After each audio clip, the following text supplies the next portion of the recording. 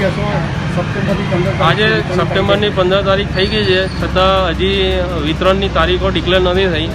ચોમાસાનો ટાઈમ હોવાથી ભેજવાળું વાતાવરણ છે અને અનાજ બગડવાની શક્યતા રહેલી છે, તો બને એટલી જલ્દી તારીખો ડિક્લેર થાય તો વધુ સારું.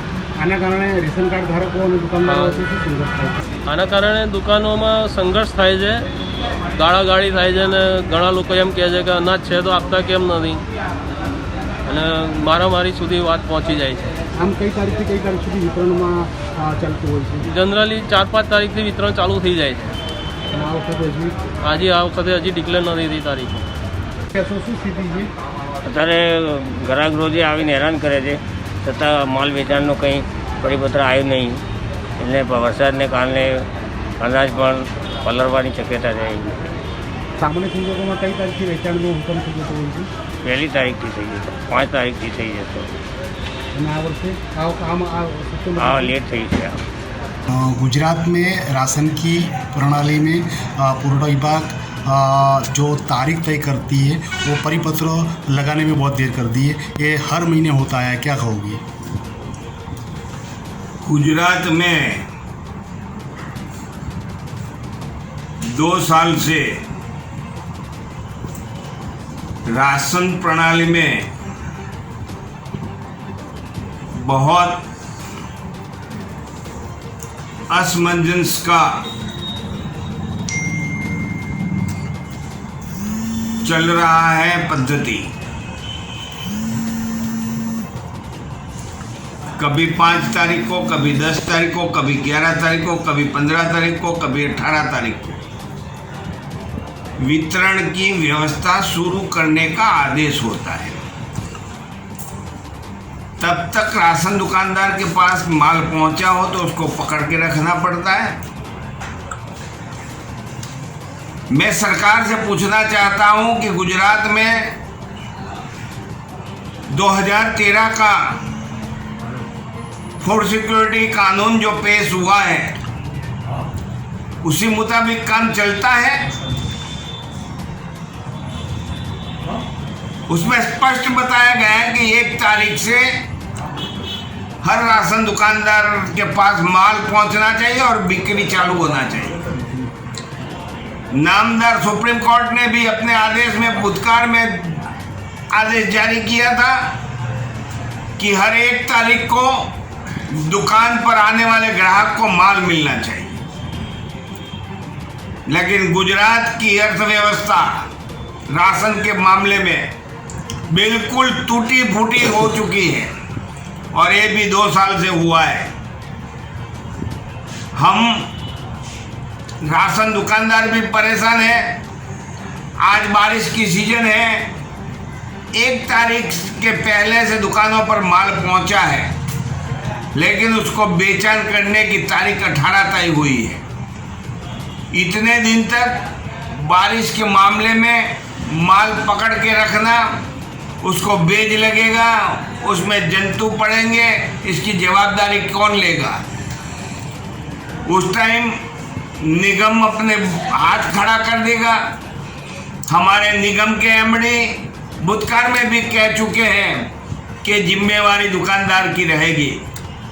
दुकानदार बेचारा कम कमीशन में ये सब फर्ज कैसे निभाएगा? दुकानदार को तो आज तक माल दिया और दूसरे दिन बेचना शुरू होता था.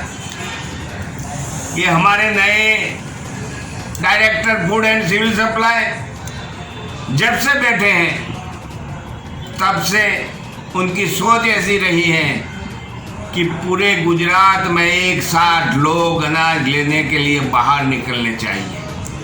यानी गुजरात की जनता को उन्होंने बांध में रखने का एक प्रयत्न किया है.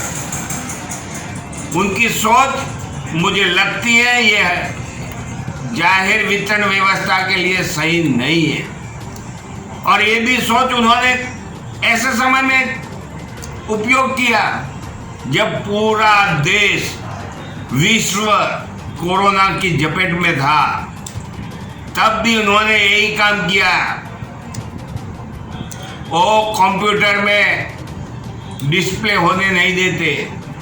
जब वो तारीख घोषित करते हैं उस तारीख से डिस्प्ले होता है, और उसी तारीख से बिक्री हो सकती है। मैं पूछना चाहता हूं कि पहले गुजरात के मुख्यमंत्री नरेंद्र दामोदर दास मोदी थे,